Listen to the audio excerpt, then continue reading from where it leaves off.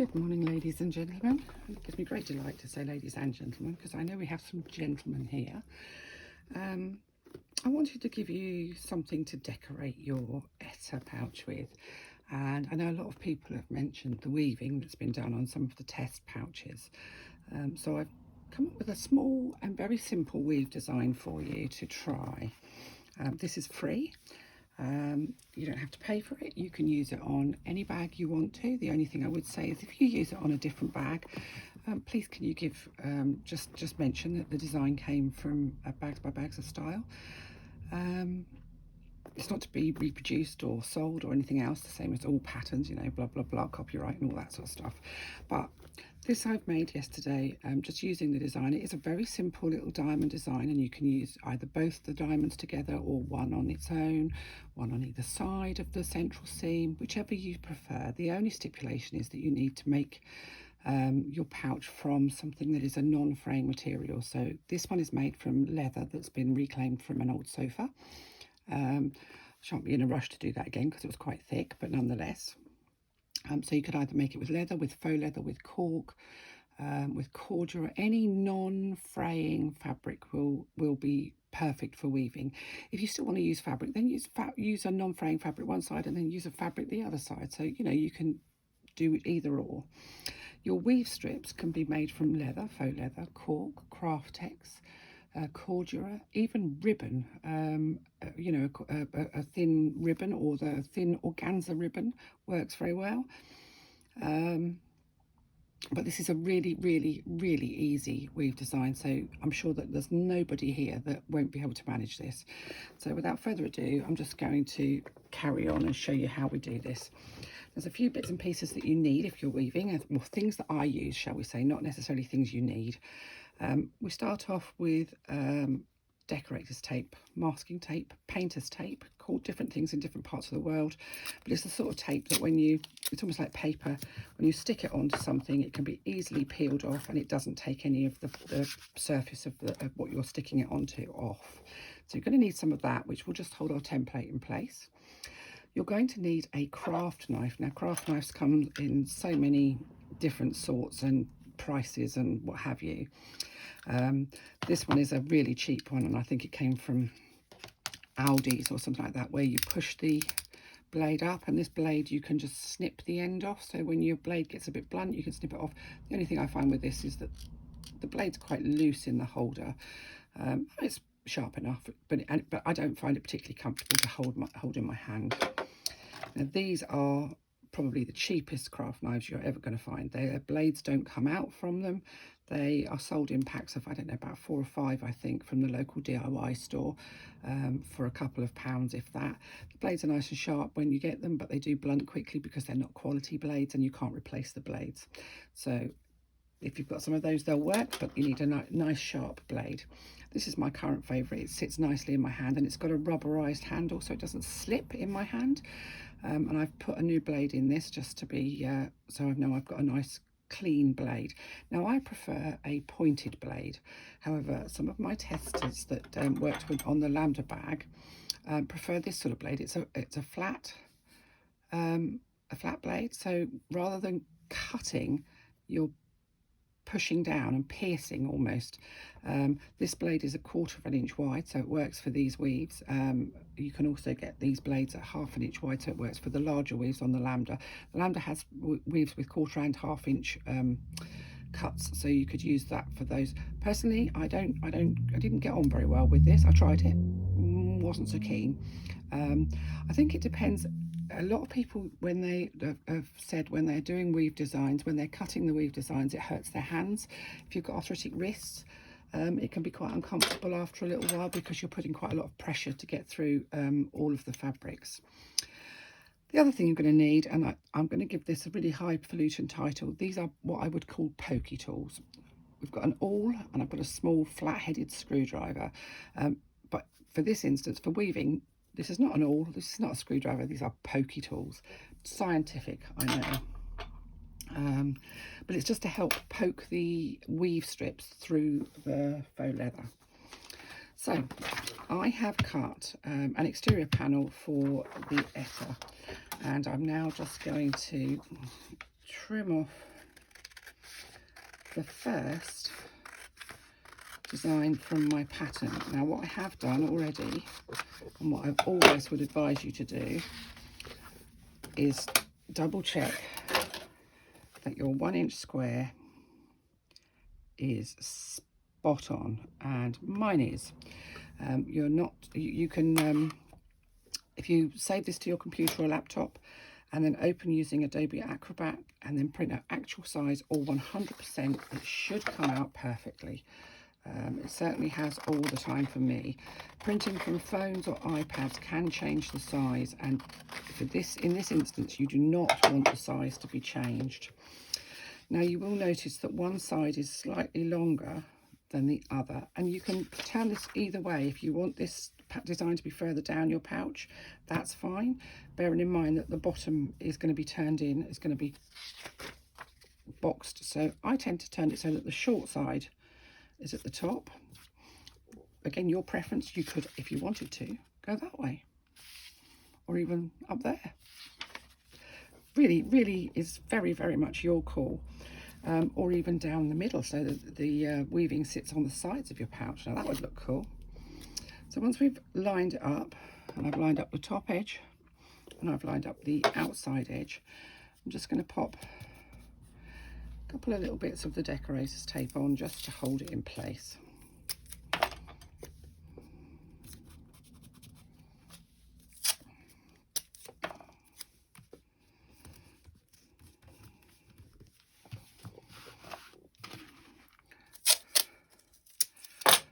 I'm going to also just I'm going to tape it to my board just because I can't tape that side, and I want to make sure that that template stays absolutely securely attached where I want it to be. Now, I'm using a very old chopping mat because cutting these weave designs can actually completely ruin your cutting mat. So if you've got an old one, perhaps one that's already a bit torn up, or you've got a small one that you keep for specific things, then pop it over, use that one instead. I don't use this one because it's metric, and I'm not even sure why I bought it, but nonetheless I've got it, so I use it for this. Now I'm going to use my pointed cutting blade, and all I'm going to do is I'm going to push in at the top of the first cut and then pull the blade down towards me. Push in and pull, and you can feel that blade going through both layers of paper and the faux leather and making those cuts. Now basically you don't want to miss any cuts, so you're much better off going row by row and then left to right or right to left. If you're left-handed, then going right to left is probably easier. And I'm just going to literally cut each of those cuts. I don't use a straight edge, I just cut them freehand, always pulling the blade towards myself. Make sure you get nice and firmly through all of the layers, because once you've removed the template, you will never ever get it back on and lined up properly. And the other thing to make sure is that you just do one cut. If you do that sort of sawing action, what you'll end up with is not a nice clean cut, but a jagged hole, and it will look unattractive on the front of your weaving. Now, if you feel more confident putting the template on the wrong side of your faux leather, that's fine. It makes absolutely no difference. I tend to find that if I do it on the right side, then I know that I'm getting it where I actually want it. Doing it on the wrong side, you're kind of working as a mirror image of yourself, so sometimes you can get things in the wrong place. So just continue to cut each of those little lines on your template, making sure that you go through all of the layers. So push your blade in and pull it forwards, push it in and pull it forwards. This doesn't take too long to cut because it isn't a very big weave design. Now if you wanted to use just one half, so just one piece, you can do. It's yours to do with as you please. If you're interested in learning more about weaving, then please do join the Lambda Sew Along. The details are in the pinned post, and you will have to join my sister group, which is the Sew Along waiting room, where all the details are there. Now, I know some people have said, oh, I have to pay for it. I'm sorry, I can't give all the patterns away free. But what you receive for your money is you receive the pattern, which is a full 54 pages with all of the pattern pieces. You receive 5 different weave designs and a full video tutorial taking you from start to finish. There will be some extra content, so there'll be an extra design, an extra decorative design, or an extra technique for you to have specifically for the sew along. Once the sew along videos are all shown, and they're shown over 3 or 4 days because there's quite a lot of them for this one, because the Lambda bag is a more complex bag than perhaps we've done before, or there's just more intricate pieces to it. Once all the videos are shown in the sew along group, then the pattern will be released, but the extra content that the guys in the sew along group will not be released with it. So if you want the extra content, then the sew along is the way forwards. So now I've removed my template, and I'm just going to put that out of the way, and all of a sudden my design has completely disappeared, and you think, oh no, whatever have I done? However, if you give it just a little pull, you can see all of those cuts are actually there. They just heal up again when you let go of it. Now, I've cut my weave strips already, and I'm not counting these, and I'm not going to give you an accurate amount of fabric that you're going to need. This is literally cut from scraps, and these cuts are all 1/4 of an inch from top to bottom. So my weave strips are fractionally less, 3/16 of an inch, a scant 1/4 of an inch, so just a little bit less. If you make them a 1/4 of an inch, as they pull through, they'll pucker and pull on the faux leather, so making them just fractionally smaller is the ideal way to go. So take your first weave strip, and I always cut a small triangle off of the end to give myself a point. It just gives me something to work with, and I'm just going to pull that to find the top. And the top holes, that's those 2 there, I'm going to push my weave strip through the first hole. I'm just going to have to switch that around because I put it through the wrong way. That's the only trouble with cream weave strips, is that it's difficult to tell which is the front and which is the back. So I put it in one side and out of the next. Now, the faux leather you choose for your weave strips needs to be not too thick. So if you're somebody that uses marine vinyl or one of those really heavy duty vinyls, perhaps if you've got something a little bit thinner, that will be better for your weave strips.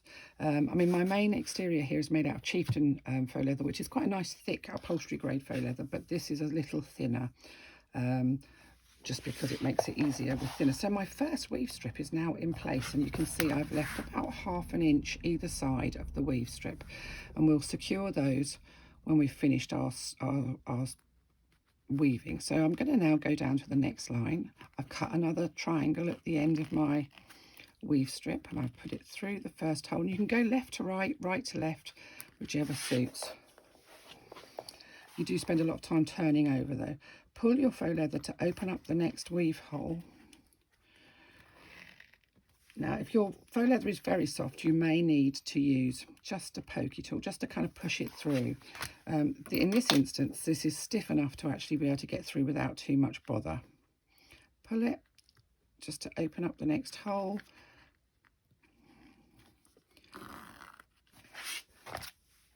And this is just like the weaving we did at school. And I think most of us did some weaving when we were at school, even if it was only with bits of paper to make Chinese lanterns at Christmas. So I've now gone through all of the... I'm just trimming off the ends, leaving approximately 1/2 an inch.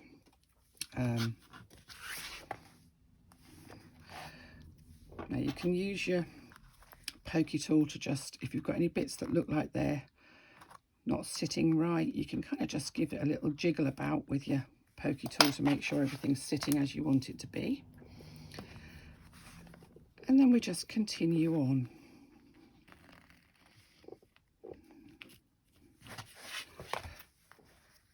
It's very, very therapeutic. Don't pull it too tight, because if you do, you'll pucker your faux leather. Now you can see that the gap in the middle is getting bigger now, because we've kind of gone to the point where the diamond isn't actually, where we're doing both sides as opposed to the centre or the top. Don't worry about that, that's absolutely fine. Messing around cutting little tiny pieces just to do one side and then the other is completely unnecessary. So we end up with a wider part at the back there. That's all fine. I don't know if that's going to be long enough to do that next strip, but we'll give it a go, shall we? In fact, I'm going to pop that out of the way and I'm going to grab another weave strip. You can see it doesn't take too many weave strips to do this. These are quite small designs, and they're just to give you a sort of a taster of weaving. It's really addictive. I warn you, very, very addictive. And in this particular, I've got several techniques that I use for weaving, and this is probably the easiest one. But I will be doing some more weaving on other patterns, and when I do, I'll try and come up with a nice free one for everybody to have a go. Just something small. I think sometimes people tend to shy away from it because they think it's going to be difficult, and actually it's not.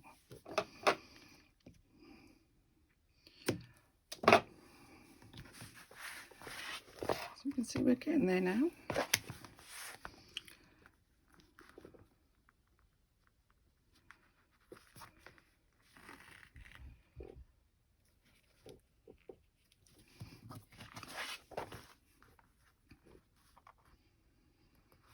So it's constantly just pulling the faux leather just to make sure you've got the next hole in your sights. And so on this occasion, my faux leather is actually thick enough that I can just push it through using the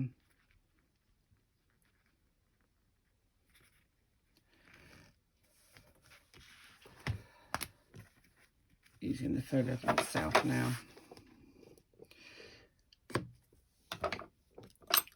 And another bit.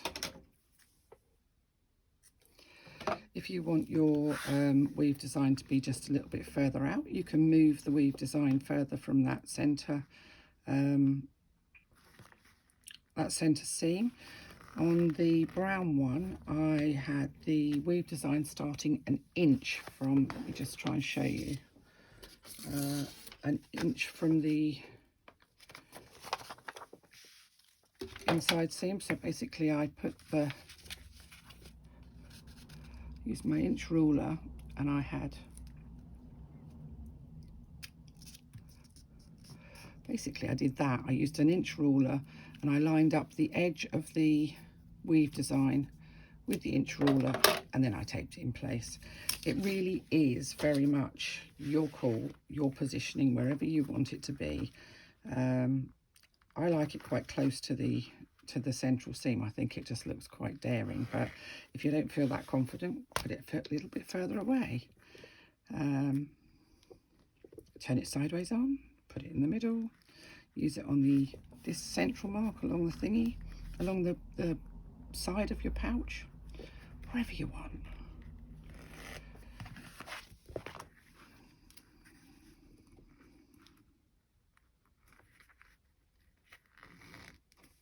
As I say, this is free for you to use wherever you want. You can use it on any bag you'd like to use it on, or purse. I would ask if you use the design on somebody else's bag pattern, could you just mention that that it's a free pattern from me, please, so other people can come and get it and try it as well, because, you know, let's not be greedy, let's share the love, let's everybody have a go at weaving. So you can see it's starting to take shape now. And we just continue on happily weaving. Now if you've got, I've got a little one there that doesn't look like it's properly cut. Sometimes the fabric on the back of the faux leather gets a little bit kind of clingy. All you need to do is just pop your blade through the hole. You're not cutting, you're just to get rid of any fibres. Sometimes it just takes that little bit extra to get the fibres out of the hole. And some faux leathers are more fibrous on the back than others, so also depends on how firm you are when you cut. And I tend to get less firm the nearer to the end I get, just because I get kind of, I'm very impatient. I'm not very good at waiting for stuff, and I want the cuts all to be made so I can get on with making my bag.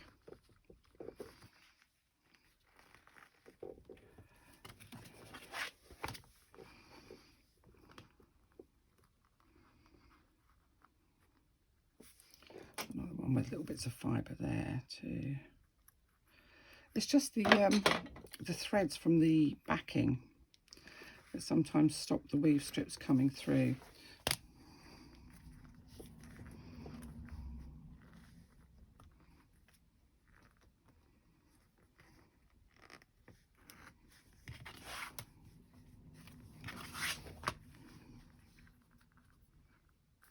And I've just actually missed a hole completely.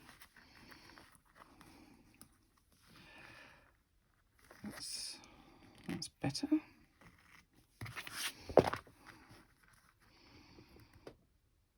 This is what happens when you're not. The trouble is I generally weave in absolute silence. I don't talk my way through it because I'm trying to concentrate.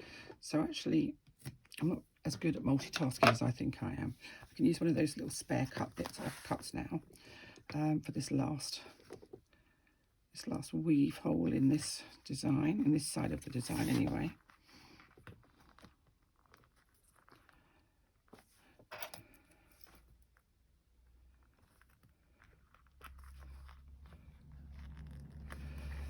And there we have it.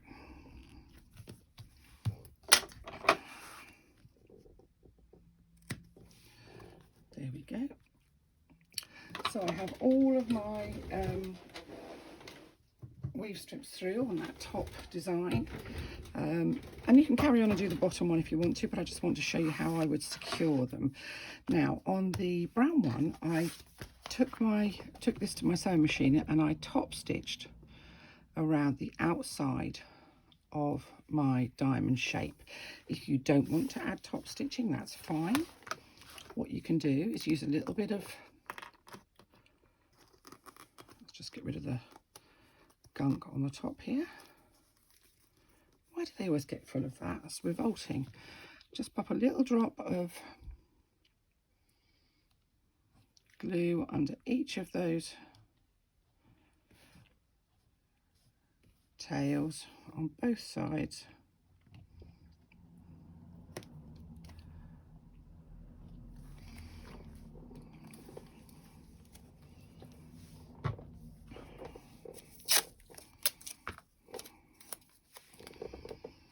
Then you can just pop a little bit of decorator's tape over to hold them down while that glue dries. Once that glue's dry, which will be 10-15 minutes, you can remove the decorator's tape, or you can actually leave it on. It doesn't really make a lot of difference. I have been known to leave it on before now. And that's your design completely secure. That's not going anywhere. So there we go. That's your first design. That's your second one. And you can literally go hog wild and do as many as you want. If you wanted to do those two like that and then put another one that way, you'd end up with a sort of almost a snowflake design. Have fun with it. Use it as and when you wish, and enjoy. And that's basically how we weave. That's the basic technique of in and out weaving.